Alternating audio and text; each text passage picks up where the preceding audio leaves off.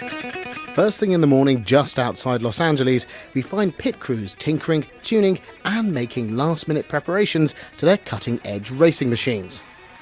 In the last 12 months, the popularity of drones, UAVs, quadcopters, whatever you want to call them, has absolutely exploded. And it was only a matter of time before intrepid pilots came up with new uses for their aircraft. Welcome to Aerial Grand Prix.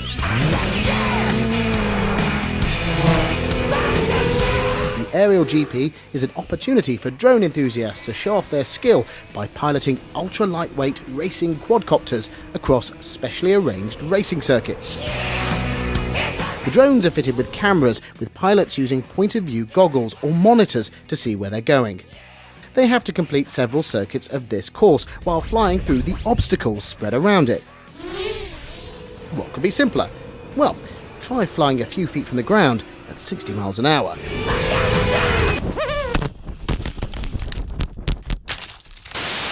I first flew the DJI Phantom, and I quickly discovered that you actually need some skill to fly these UAVs. And we thought, why not create this arena, this Aerial Grand Prix, which is this racing league, where people can race these and be safe about it, but push the technology to the extreme. So just like the days of the hot rods, where people tinkered with them, this is very much the same thing, where these kits come in carbon fiber arms and bodies, and people put their own components. And that's very much a part of the culture. It's very much a part of the racing. Every pilot here has built their own DIY quadcopter.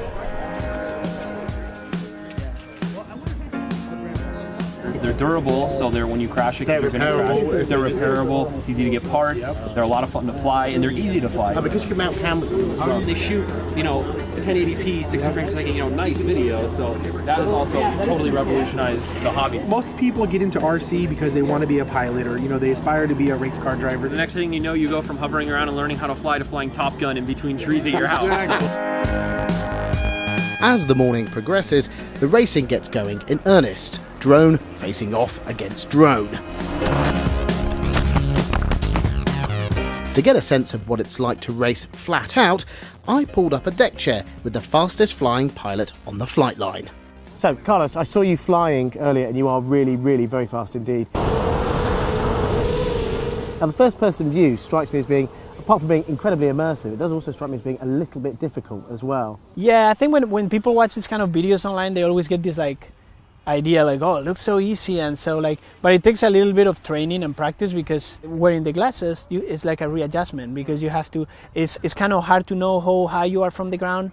There's a lot of adrenaline going when you're inside the craft. It's basically like flying, Are you going to demonstrate for me now what it's like with the first person goggles, or what you can see when you're actually racing?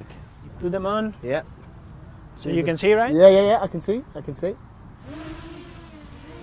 This strikes me that this is going to be, oh my word, really, really difficult to fly wearing these at first. Yeah, you got to get used to it, Because it's kind of like a video game. It's got that kind of quality to it. I mean, it's all getting used to it. Yeah.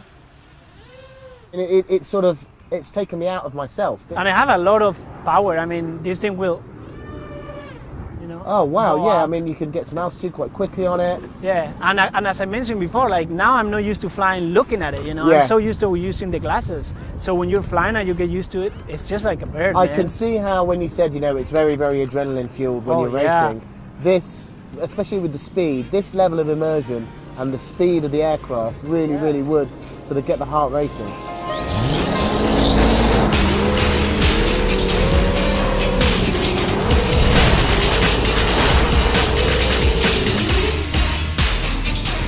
The day's racing draws to a close. Drones have been damaged.